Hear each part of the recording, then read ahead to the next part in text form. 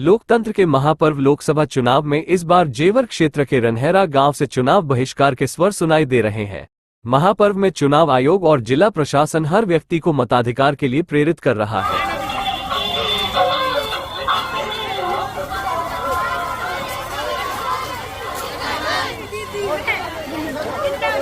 ऐसे में जेवर एयरपोर्ट के निर्माण में विस्थापित रनहेरा गांव के किसानों ने लोकसभा चुनाव के बहिष्कार का ऐलान कर दिया है।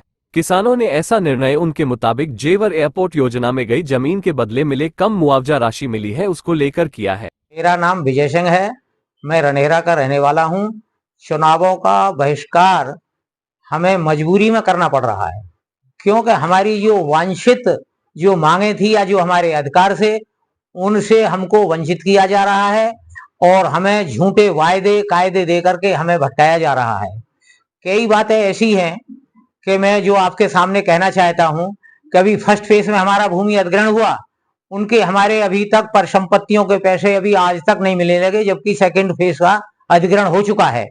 अभी इन्होंने हमारे साथ में धोखा किया था कि भाई आपको गांव को शहरीकरण कर दिया और जंगलों को जो है ग्रामीण कर दिया।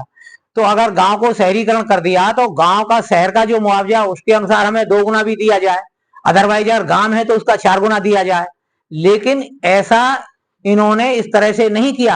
ये बात बात पर अपनी बात पे रखते हैं और किसानों की कोई बात मानते नहीं है। किसान बेचारा कहाँ जाएगा। देखो, मेरा नाम है तो ब्रिजपाल, बिरजू गांव में कहते हैं, लेकिन अब मैं अपनी पहचान जो चाहता हूं सभी मुझे ये जाने कि भाई हाँ, मैं एक जेवर एयरपोर्ट का पीड़ित निवासी हूँ, जिसका गांव जमीन सरकार द्वारा जबरदस्ती तरीके से ली जा रही है। तो मैं केवल मेरी पहचान एक अभी फिलहाल पीड़ित की है।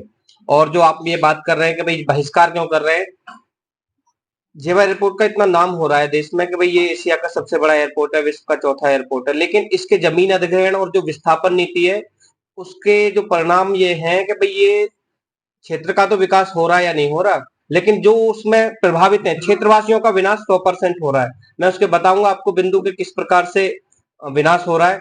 सर्कल रेट का 2 गुना मुआवजा दिया जा रहा है, 4 गुना देना चाहिए। घर का जो हमको पूरा मिलना चाहिए 2 गुना मिलना चाहिए, उसको आधा दिया जा रहा है। किसी एक बंदे को रोजगार नहीं दिया।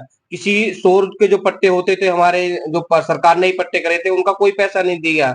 और जो भी राशि होती है 5 लाख रुपए की जो ये सहायता राशि होती है विस्थापन की एवज में, उसमें 1 पैसे की वृद्धि नहीं हुई है। रोहित प्रियदर्शन, ग्रेनो न्यूज।